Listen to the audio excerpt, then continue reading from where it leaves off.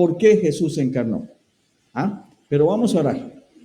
Vamos a pedirle a mi hermano Jacob que nos dirija en oración para que tengamos quietud y podamos entender las 8 razones por las cuales Jesús se encarnó, porque Él se hizo hombre. Don Jacob, a ver si llega.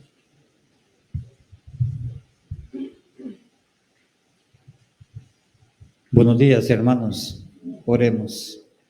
Gracias, Padre bendito, te damos una vez más por este día que nos has regalado. Gracias, Señor, por la lluvia y por el sol. Gracias, Padre, por la oportunidad que nos das de venir aquí a tu casa para aprender cada día más de ti. Gracias por los cuidados que tú tienes en cada uno de nosotros. Te pido por todos los hermanos, por cada una de las familias que están aquí presentes. Te pido también, Señor, que abres nuestro entendimiento y nuestro corazón acerca de tu palabra. Que nos guíe y que guíe también al pastor para que lo que él predique sea fácil de entender para cada uno de nosotros, Señor.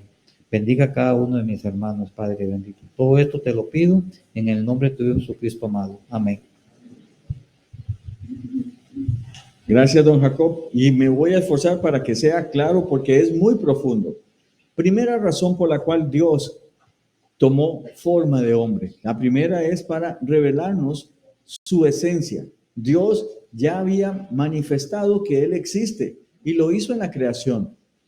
Para aquellas personas que no creen en la creación, sino que todo ha sido causa de evolución, imagínense ustedes, ven ese abanico o ventilador que está ahí arriba.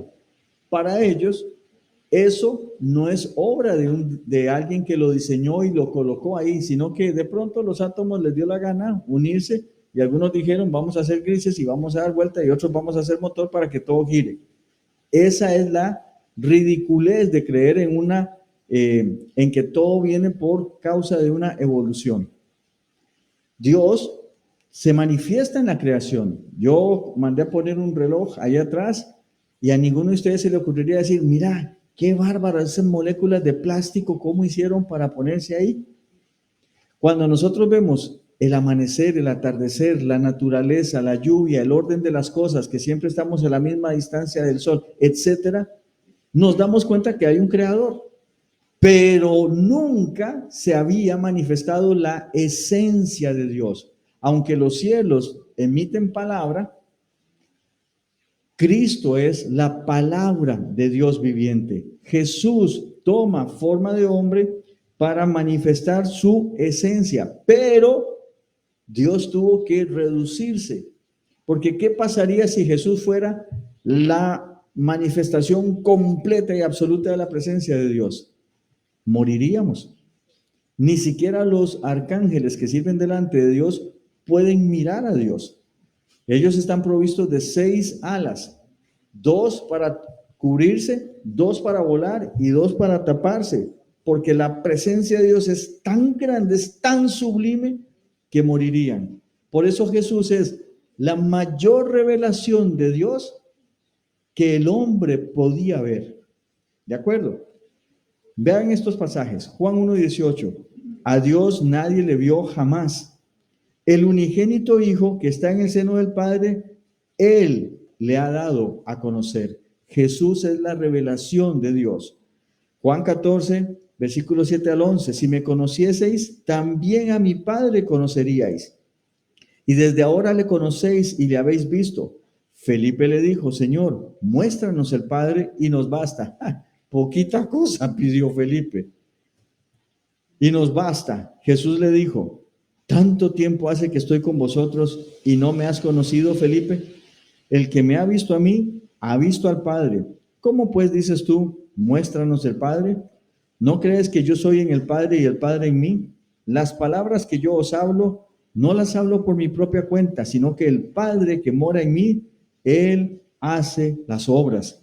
Creedme que yo soy en el Padre y el Padre en mí. De otra manera, creedme por las mismas obras. Así que, primera razón es que en Cristo Dios se estaba manifestando, no en plenitud absoluta, no podríamos, pero la mayor manifestación sin que usted y yo muriésemos. Lo segundo, Dios quería encarnarse para proveer un ejemplo para nuestras vidas. La vida terrenal de nuestro Señor se nos presenta como patrón para nuestras vidas hoy en día. Por eso, ustedes y yo debemos de crecer y desarrollarnos a la imagen de Jesucristo. No tenemos un hombre que sea nuestro ejemplo, no tenemos una imagen que sea nuestro ejemplo, ni una religión, sino una persona, la persona de Jesucristo. Para que usted y yo pudiéramos tener algo que pudiéramos ver y seguir, Dios se hizo carne. Dios habitó entre nosotros para que pudiéramos tener un ejemplo, sea hombre o sea mujer. Debemos de ser semejantes a Cristo. No hay otra persona en todas las escrituras a las que ustedes y yo nos tengamos que parecer. Sí, a veces uno dice, bueno, yo, a como me veo en el espejo, yo siento que soy tal vez como Moisés o como Pablo, como David o como... Pero la meta del Espíritu Santo es formar en nosotros la imagen de Jesucristo. Sea usted hombre, sea mujer, sea niño, joven o un adulto, es a Cristo que debemos de parecernos.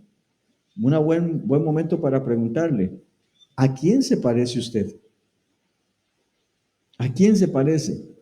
Ayer hubo una reunión familiar. No viajé ayer porque solo por 20 años me la he perdido, la reunión familiar. Así que dije, mi papá me dice, papito, yo creo que ya esta es la última. Viene diciéndolo desde hace como 20 años, pero bueno. Y cuando estaba ahí yo decía, wow, ¿cómo se nota que son mis hermanos? Porque me veo por pedazos en todos ellos. Y en mi papá, ni para qué les cuento. Pero ¿saben a quién me quiero parecer? A Cristo. No tengo otra meta en mi vida, parecerme a Cristo. Y mira lo que dice, 1 Pedro 2:21, pues para esto fuisteis llamados, porque también Cristo padeció por nosotros, dejándonos ejemplo para que sigáis sus pisadas. ¿Ve? Jesús en todo lo que hizo, cómo trató con los impuestos, cómo trató con los enemigos, todo. A veces en medio de nosotros pueden haber personas que vienen a la iglesia, les gusta la iglesia, pero no somos semejantes a Jesucristo en el trato. Porque si alguien me ve mal, va a ver con quién se metió. ¿Y qué parte de poner la otra mejilla se nos olvidó? Ve, por eso nuestro ejemplo es Cristo. Tenemos que tener cuidado de morir a nosotros mismos y que sea Cristo viviendo en nosotros. Primera de Juan 2:6, el que dice que permanece en él, ¿qué? Debe andar como él anduvo. Él es nuestro ejemplo. En tercer lugar, Jesús se encarnó para proveer un sacrificio efectivo por el pecado. La justicia de Dios demandaba el derramamiento de sangre de un inocente. ¿Saben? Otro día lo vamos a ver, pero Jesús pasó por 7 tribunales. Claro, la película de Semana Santa para nosotros nada más estuvo delante de Pilatos y ahí salió. 7 tribunales vieron a la causa de Jesucristo. ¿Saben cuál fue el veredicto en los 7 tribunales? Inocente. Pero aún así murió. ¿Por qué? Porque había una justicia mayor que se tenía que cumplir en él y era que él, siendo inocente, pagara por nosotros que somos culpables. Y si usted aún no le ha permitido a Cristo que entre en su corazón y con su sangre le limpie, hoy es ese día. Hoy usted necesita conocer a Jesucristo como su Salvador. Así que Él se encarnó porque para poder salvar a la humanidad tenía que tener forma de hombre. Su primo Juan, el que bautizaba, conocido como Juan el Bautista, lo presentó diciendo, he aquí el Cordero de Dios que quita el pecado del mundo. Y Dios lo confirma diciendo, este es mi Hijo amado, en quien tengo complacencia, a él oíd. ¿Lo ve? Sin la encarnación no tendríamos un Salvador. El pecado requiere la muerte como pago. Cristo murió, pero resucitó porque es eterno. Así que el Salvador tenía que ser humano para poder morir. Necesitábamos un Salvador que sea Dios y hombre. ¿Y saben quién es ese? Jesucristo, al que celebramos en estos días de que nació para morir. Amén. Hebreos 10, versículos del 1 al 5 dice, porque la ley, teniendo la sombra de los bienes venideros, no la imagen misma de las cosas, nunca puede, por los mismos sacrificios que se ofrecen continuamente cada año, hacer perfectos a los que se acercan. De otra manera cesarían de ofrecerse, pues los que tributan este culto, limpios una vez, no tendrían ya más conciencia de pecado. Pero en estos sacrificios cada año se hace memoria de los pecados, porque la sangre de los toros y de los machos cabríos no puede quitar los pecados. Por lo cual, entrando en el mundo dice, sacrificio y ofrenda no quisiste, mas me preparaste cuerpo. Holocaustos y expiaciones por el pecado no te agradaron. Entonces dije, he aquí que vengo, oh Dios, para hacer tu voluntad. Como en el rollo del libro está escrito de mí, diciendo primero, sacrificio y ofrenda y holocaustos y expiaciones por el pecado no quisiste, ni te agradaron, las cuales se ofrecen según la ley, y diciendo luego, he aquí que vengo, oh Dios, para hacer tu voluntad, quítalo primero, para establecer esto último. En esa voluntad somos santificados mediante la ofrenda del cuerpo de Jesucristo, hecha una vez para siempre. Resumen, Israel tenía todos los años que ofrecer sacrificios que duraban un año. Y como esos sacrificios no eran permanentes, sino temporales, cada año se tenía que ofrecer. Pero cuando Cristo vino y derramó su sangre, no existe otro sacrificio. ¿Por qué piensa usted que ya casi por 2000 años no se ha ofrecido un solo cordero en el mundo por causa del pecado? Porque el Cordero de Dios no que quitaba por un año la culpa, sino por la eternidad, el Cordero de Dios que quita el pecado del mundo, ya fue sacrificado. Si usted ya ha conocido a Jesucristo, por eso es que no venimos domingo a domingo a traer ofrendas.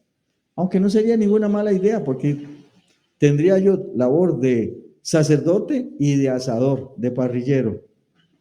Usted sabe qué rico, después del culto, con ese olor hacía a parrilla, a chorizo de donde, griego, perdón, Ray, era un comercial, era un anuncio ahí.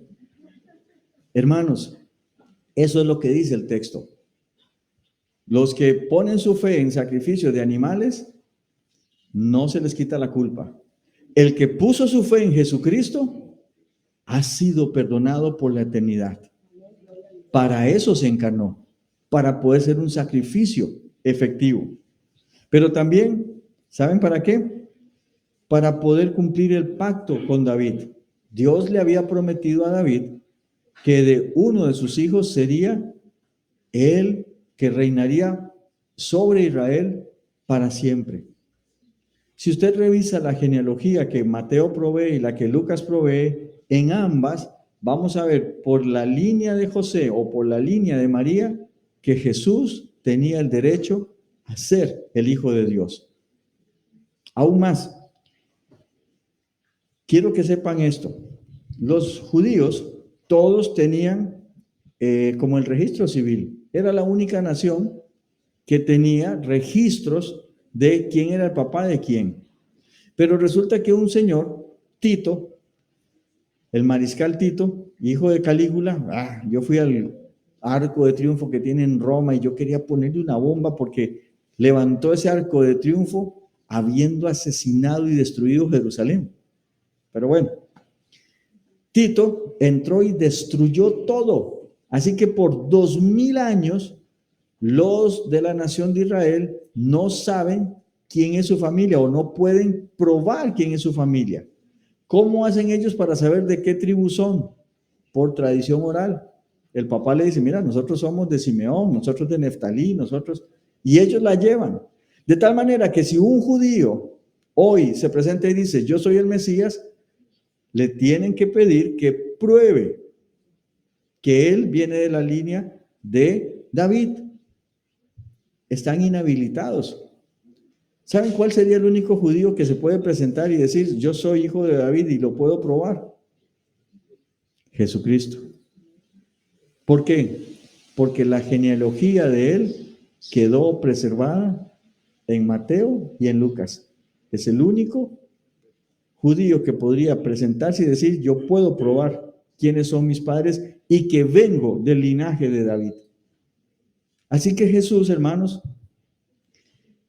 se encarnó para poder cumplir el pacto con David. Lucas 1, 31 al 33 dice, y ahora concebirás en tu vientre y darás a luz un hijo, y llamarás su nombre Yeshua, Jesús. Este será grande y será llamado Hijo del Altísimo. Y escuchen esto, y el Señor Dios le dará el trono de David, su padre, y reinará sobre la casa de Jacob para siempre, y su reino no tendrá fin. Tenemos un hermano que se llama Jacob. Jesús no va a vivir en Guapiles, ¿de acuerdo? Eso es en Jerusalén, porque don Jacob yo sé que ya le iba a hacer ahí una ampliación a la casa. Quinto, ¿por qué Jesús se encarnó? Para destruir las obras del diablo. Por favor, entiendan. Creemos, la Biblia nos dice que nosotros estamos en una batalla espiritual, pero esa batalla no se libra solo dentro de un templo con alguien pegando gritos, sacudiendo al diablo. La batalla espiritual se libra mayormente cuando estamos frente a un televisor, a una computadora, cuando estamos en el trabajo o cuando nos metemos a un bar y estamos luchando en si tomo o no tomo, en si me embriago o no me embriago. Esa es la batalla espiritual. Nosotros no queremos ignorar. La Biblia dice que no debemos de ignorar las maquinaciones del enemigo. No es de que, no, eso es de otra gente que andan ahí siempre haciendo guerra espiritual. No, existe, está, la Biblia lo dice. Por eso nos manda que nos pongamos una armadura que es a prueba de diablo. Pero lo que no creemos es que esa batalla espiritual, como les digo, se libre en cultos donde hay manifestaciones extrañas y declaraciones extrañas. No, hermanos. Esa batalla, cuando usted tiene la opción de serle infiel a su esposa, pero usted decide agradar a Dios, ahí usted acaba de ganar una batalla espiritual. Ahí Satanás se quedó así chiquito. Amén. Pero Jesucristo se encarnó para destruir las obras del diablo. Mire lo que dice 1 Juan 3:8. El que practica pecado, el pecado es del diablo, porque el diablo peca desde el principio. Para esto apareció el Hijo de Dios. ¿Para qué? Para deshacer. ¿Y saben cuál es la palabra deshacer? Me encanta en el griego, porque la idea es de romper, destruir y eliminar completamente. No es de que Jesús cortó el tronco y dejó las raíces para que vuelva a crecer. La obra de Cristo con respecto a su encarnación y el diablo es destruir, deshacer absolutamente, dejarlas sin ningún efecto. Así que el enfoque sobre su venida, no sobre la resurrección necesariamente. ¿Qué quiero decir? Jesús sabía que viniendo en carne iba a poder destruir las obras de Satanás con la resurrección. ¿Recuerdan? Si Jesús hubiese muerto y usted y yo pudiéramos ir a visitar la tumba en Jerusalén, ¿qué victoria habría sobre el pecado? Ninguna. La resurrección es la piedra angular de nuestra fe. Eso es lo que dice 1 Corintios 15. Pero Jesús se hizo carne sabiendo que iba a resucitar para poder destruir las obras del diablo. Hermano, el de nosotros que quiere pecar, hay una ley en nuestros miembros, dice Romanos 8, que se revela. Y para eso está la lucha entre nosotros mismos con la carne, pero el de nosotros que quiere pecar es porque quiere, porque hemos sido hechos libres. Jesús destruyó esas obras, o sea, No es de que usted pecó con una mujer porque es que, hermano, ¿para qué Dios las hizo tan bonitas? No, no, no, no, no. Esa es la misma excusa de Adán. La mujer que me diste. No. Si usted ya nació de nuevo, si usted ya recibió a Cristo, su pecado es voluntario, porque usted y yo ya no somos esclavos del pecado. Y si aún así hemos pecado, tenemos abogado para con el Padre, a Jesucristo el justo, y tenemos la confesión para poder librarnos nuevamente y empezar de nuevo. ¿Para qué se encarnó Jesús? Para poder ser un sumo sacerdote compasivo. Hermanos, la seguridad de nuestra salvación se basa en dos hechos. Escuchen bien. El primero, de que Jesús murió una sola vez y su sangre es poderosa para limpiarnos de todos nuestros pecados, pasados, presentes y futuros. Y la segunda, que casi nunca se predica, es porque Él sigue intercediendo por nosotros delante del Padre, y cada vez que Satanás se presenta para acusarnos, porque mire, Señor, vea, Kevin otra vez se metió, Jesucristo dice: Padre, pero yo pagué. O sea, la intercesión continua de Jesucristo nos mantiene a usted y a mí en la posición de hijos adoptados por Dios. Así que Él se encarnó para poder ser un sumo sacerdote compasivo.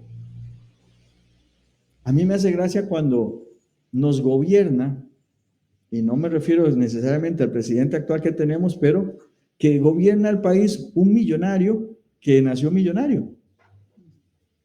¿Qué saben ellos del pueblo? ¿Qué saben ellos de cuando la mamá le tenía que echar más agüita a la sopa Maggi?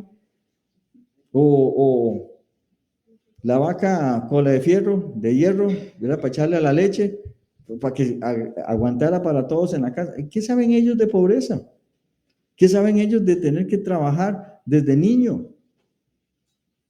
Y ellos dicen: no, pero nosotros amamos el pueblo. Amamos sacarles plata al pueblo. Pero cuando encontramos una persona que salió de entre nosotros y dice: yo entiendo lo que ustedes pasan, le puedo creer su palabra. Jesús se hizo hombre para poder ser un sumo sacerdote compasivo. Él supo lo que era hambre, él supo lo que era desnudez, él supo lo que era frío, incomprensión.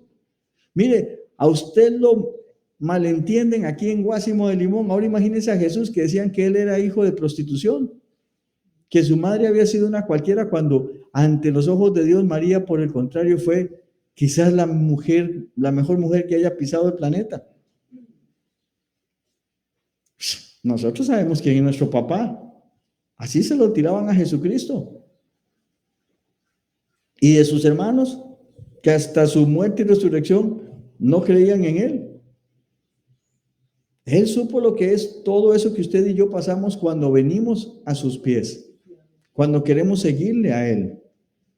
Hebreos 4 dice: por tanto, teniendo un gran sumo sacerdote que traspasó los cielos, Jesús, el Hijo de Dios, retengamos nuestra profesión, porque no tenemos un sumo sacerdote que no pueda compadecerse de nuestras debilidades, sino uno que fue tentado en todo según nuestra semejanza, pero sin pecado.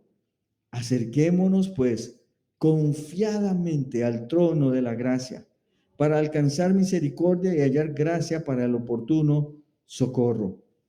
¿Saben, hermanos y amigos que nos visitan hoy? Si hay algo que la Navidad debería de producir en nosotros, es que nos acerquemos confiadamente. No que nos abusemos o nos sentemos a la mesa solo a disfrutar los beneficios, que nos acerquemos confiadamente al trono de la gracia, porque el que intercede por nosotros puede compadecerse de nosotros.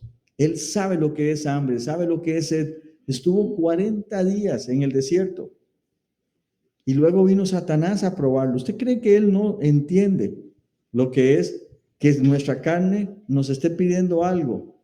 Dígale a esas piedras que se conviertan en pan. Pero él no tuvo pecado. no solo de pan vivirá el hombre, sino de toda palabra que sale de la boca de Dios. ¿Por qué? Porque para todo hay tiempo, hermanos. Y para Jesús, el tiempo que Dios había marcado era 40 días de hambre, 40 días de ayuno, para probar que moralmente Él era el Hijo de Dios y que Satanás no podía doblegarlo. También, ya llegamos al último, ¿verdad? Sí. 8. ¿Por qué Jesús se encarnó? Para poder ser un juez competente. Un juez competente.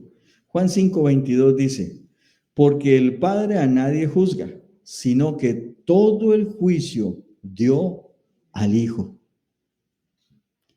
Juan 5:27 dice, y también le dio autoridad de hacer juicio por cuanto es el Hijo del Hombre. Fue necesario que Dios hiciera hombre para ser probado a fin de que fuera un sumo sacerdote compasivo y un juez competente. Un juez competente. ¿No le sucedió a usted alguna vez de que emitió juicio sobre alguien? Les hago esta pregunta, ¿sí? Algunos ya saben la respuesta, así que no me arruinen la ilustración. Gladys, ¿votarían ustedes por un candidato que se está postulando para un segundo término como presidente del país, pero en su primer mandato se abrió un hospital por mes, una escuela cada semana? Los pobres pudieron tener vehículos para transportarse a un precio que podían pagar. Además, la ciencia, las artes avanzaron muchísimo. En cuanto al deporte, prácticamente hizo que el país en todas las ramas deportivas fueran el número 1 del planeta. Además de eso, daba medicina y alimentación para que el pueblo pudiera tener salud. ¿Cuántos de ustedes votarían por un candidato? Muy bien, los felicito, que ahí se lo sabe. Acaban de reelegir a Adolfo Hitler. Adolfo Hitler hizo eso y mucho más. Por eso, porque fue en el segundo periodo. No, por eso, pero ¿qué pasa, doña Ivy? Cuando nosotros no conocemos, fácilmente nos engañan. Y yo usé la información con cierto truco para que ustedes votaran.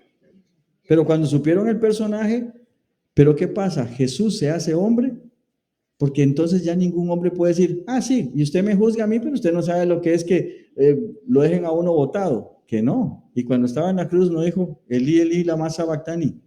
En todo lo que nosotros sufrimos, Jesús sufrió más, sin pecado. ¿Ves? Para que Él pueda ser un juez justo, tomó forma humana.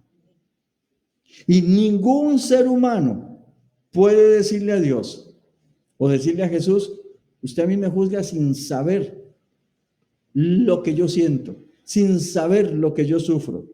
Él sufrió todo igual que nosotros. Hambre, desnudez, incomprensión. Es más, ¿a cuántos de ustedes han escupido por ser bueno? Ninguno. A él tuvo que sufrir eso. Y a los que les dio de comer, ¿vieron ustedes cuando uno presta plata? Qué terrible es después decirle a alguien, usted me dijo que me... Ay, ¿usted qué cree? Que le voy a robar. Claro, cuando necesitan uno sí es bueno, ¿no? Pero cuando uno cobra, te conviertes en la peor persona. Y Jesús, que les daba de comer, que los sanaba, a los mismos que después delante de Pilatos iban a decir, crucifícalo, crucifícalo, porque les estaban pasando unas monedas. ¿Ves? Pero Jesús sabe lo que es todo eso.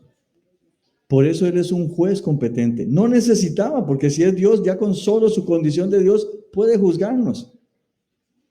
Pero Él decidió tomar la forma de hombre para ser juez competente y un sumo sacerdote compasivo.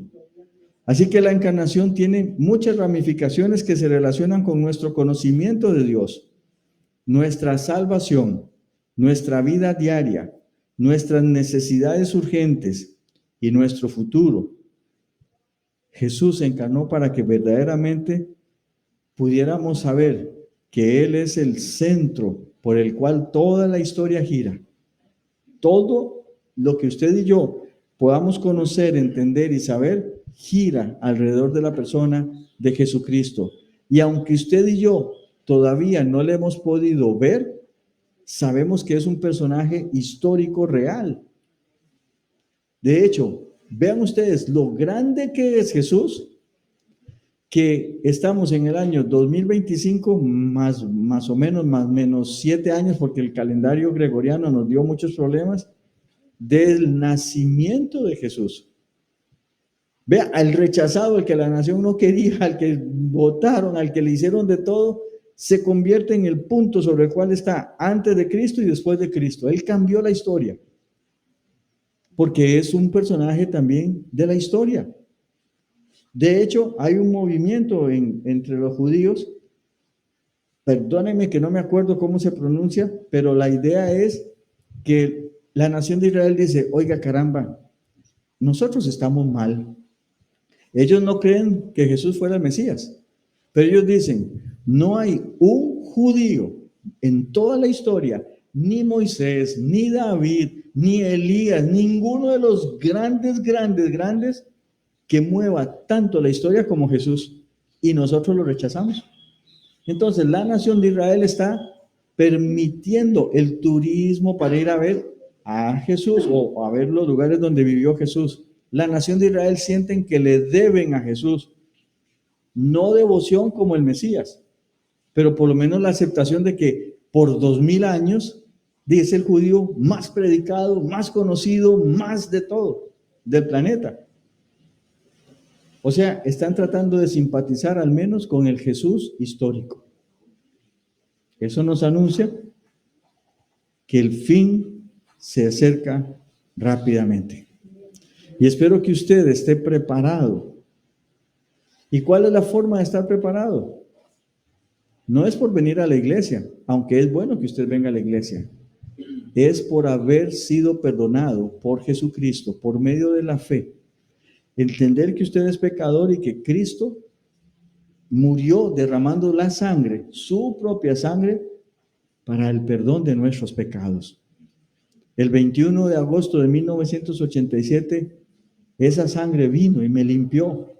Y no soy perfecto, me falta muchísimo, pero soy perdonado. Y aunque Cristo murió por mí y resucitó, trato por la palabra de Dios de vivir una vida que agrada a Dios con fallas y con errores. No soy perfecto, como les digo. Si no, pregúntenle a mi esposa para que vean. Pero sé que si muero voy a ir al cielo por su gracia, por su regalo, por su perdón. No porque yo lo merezca o porque esta iglesia es la única verdadera. Si hemos de ir al cielo es porque Cristo es el camino, la verdad y la vida. Y si usted no tiene a Jesucristo en su corazón, ahora le animo a que lo tenga.